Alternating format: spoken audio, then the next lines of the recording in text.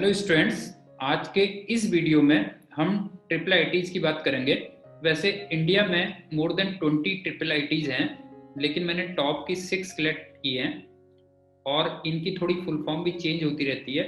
जैसे हैदराबाद में इसको हम बोलते हैं international institute of information technology Hyderabad. Delhi में इसको हम बोलते हैं Indraprastha institute of information technology Delhi, और इलाहाबाद में इसका नाम है Indian institute of information technology Allahabad. मैंने जो 6 टॉप की ट्रिपल आईटी सिलेक्ट की हैं वो एक्चुअल में according to national institutional ranking framework, जिसको हम NIRF बोलते हैं, उनकी जो 2020 की रैंकिंग थी उसके बेस पे सिलेक्ट किए हैं। तो सबसे पहला नंबर आता है ट्रिपल आईटी हैदराबाद।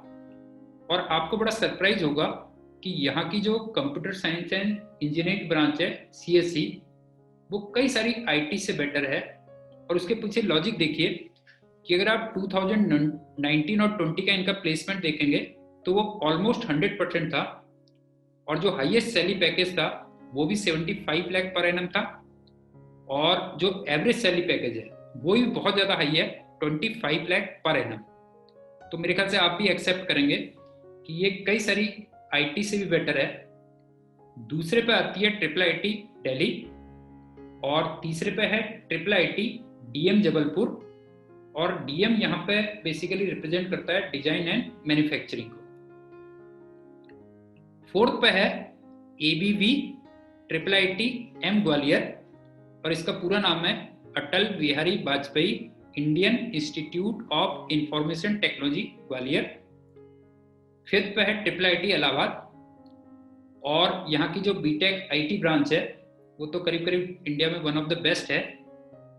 और लास्ट में 6th में जो रखी है मैंने वो है ट्रिपल आईटी DM कांचीपुरम, और DM again for design and manufacturing. अगर हम सिलेक्शन प्रोसेस की बात करें तो सबसे पहले जैसे हम ट्रिपल आईटी हैदराबाद की करते हैं, तो इसमें थर्ड वाला जो मैंने चैनल दिखा रखे हैं, एक्चुअल में 3 चैनल्स हैं, उसमें से थर्ड जो चैनल है जिसको डासा कहते हैं, direct admission for students abroad, तो ये तो चलिए इंडियन स्टूडेंट्स के लिए नहीं है।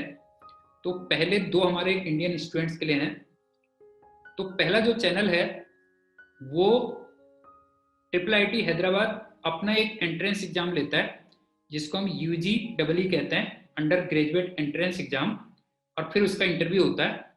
लेकिन ये केवल ड्यूअल डिग्री के लिए है। रेगुलर जो बीटेक कोर्सेस हैं 4 इयर्स के, और जिसमें मैंने आपसे कहा था केवल 2 ही ब्रांच हैं, computer science and engineering CSE, और दूसरी है ECE electronics and communication engineering. इनमें जो सिलेक्शन होता है वो JEE मेंस के थ्रू होता है, लेकिन जोसा के थ्रू नहीं होता, आपको अलग से ट्रिपल आईटी हैदराबाद में ही अप्लाई करना पड़ता है। इनकी जैसे CSE जो ब्रांच है उसमें 100 सीट्स हैं, 75 फॉर कॉमन पूल, और कॉमन पूल का मतलब है जिसमें मेल और फीमेल दोनों कैंडिडेट्स अप्लाई कर सकते हैं, और 25 सीट्स रिजर्व हैं फॉर डाइवर्सिटी पूल, और डाइवर्सिटी पूल का मतलब है जिसमें केवल फीमेल कैंडिडेट्स अप्लाई कर सकती हैं। इसी टाइप से ECE ब्रांच में 60 सीट्स हैं, 45 फॉर कॉमन पूल और 15 फॉर डाइवर्सिटी पूल।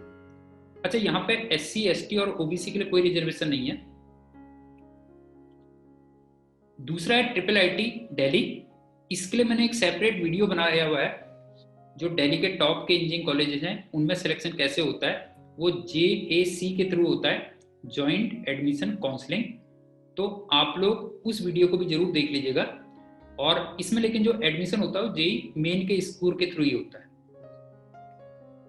और बाकी के जो 3rd, 4th, 5th और 6th हैं, इन चारों में JEE मेंस के थ्रू होता है और थ्रू जोसा होता है, JOSAA, जहां पे आपने सुना भी होगा कि IITs में भी जोसा के थ्रू होता है, NITs में भी जोसा के थ्रू होता है, और कुछ ट्रिपल IITs में जोसा के थ्रू होता है।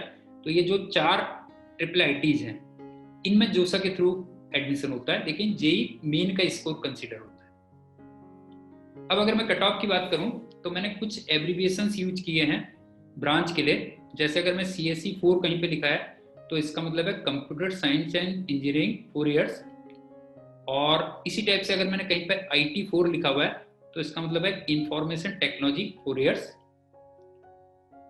अगर मैं जबलपुर का जैसे कट ऑफ देखूं, और मैंने आपसे कहा था कि जोसा के थ्रू एडमिशन होता है और JEE मेन की रैंक ली जाती है, तो इसमें OR का मतलब है ओपनिंग रैंक और CR का मतलब है क्लोजिंग रैंक। तो एक्चुअल में जोसा में 6 राउंड तक काउंसलिंग होती है। तो जैसे मैं अगर CSE 4 ब्रांच को देखूं और जनरल कैटेगरी में देखूं और फर्स्ट काउंसलिंग में देखूं, तो आपको दिख रहा होगा उसमें जो ओपनिंग रैंक थी वो 787 थी, और जो क्लोजिंग रैंक थी वो 13373 थी। और इसी में अगर आप 6th काउंसलिंग को देखोगे तो ओपनिंग रैंक थी 13921 और क्लोजिंग रैंक थी 15413। तो मेरे हिसाब से जो ये बिल्कुल लास्ट क्लोजिंग रैंक है 6th काउंसलिंग की, वो एक तरीके से आप कह सकते हो कि इसकी कट ऑफ रही, क्योंकि यहां तक आप एक्सपेक्ट कर सकते हो कि IIIT जबलपुर में आपको CSE 4 ब्रांच में एडमिशन मिल जाएगा जनरल कैटेगरी से। इसी टाइप से अगर मैं ग्वालियर का देखूं, ग्वालियर में सपोज करिए हम SC कैटेगरी को लेते हैं और CSE 4 में ही देखते हैं, तो आप देखो 6th काउंसलिंग की जो क्लोजिंग रैंक थी वो 2191 थी। तो मेरे हिसाब से SC कैटेगरी के वो बच्चे जिनकी रैंक 2191 के बीच अंदर थी वो CSE ब्रांच एक्सपेक्ट कर सकते हैं IIIT ग्वालियर में। वैसे यहाँ पे मैंने IIIT इलाहाबाद का और कांचीपुरम का भी दिया हुआ है। IIIT हैदराबाद जैसे मैंने आपसे कहा वो जोसा के थ्रू नहीं होता, उसमें आपको उनकी ही वेबसाइट में अप्लाई करना पड़ता है, और JEE मेंस के थ्रू होता है जो BTech कोर्सेस हैं, लेकिन उनकी रैंक काफ़ी ज़्यादा हाई जाती है। जैसे आप देखो CSE ब्रांच में कट ऑफ जो थी 2020 में वो 1493 थी, और ECE ब्रांच में ये कट ऑफ 2994 थी। अच्छा, IIIT दिल्ली के लिए जैसे मैंने आपसे कहा, मैंने एक अलग से वीडियो बनाया हुआ है कि दिल्ली के जो टॉप के इंजीनियरिंग कॉलेजेस हैं उसमें मैंने डिस्क्रिप्शन लिंक में इसकी कट ऑफ दे रखी है, तो उसको आप जरूर देख लीजिएगा। सो स्टूडेंट्स, आई होप कि ये वीडियो आपको IIIT as a career option opt करने में काफ़ी हेल्प करेगा। Thank you and good bye.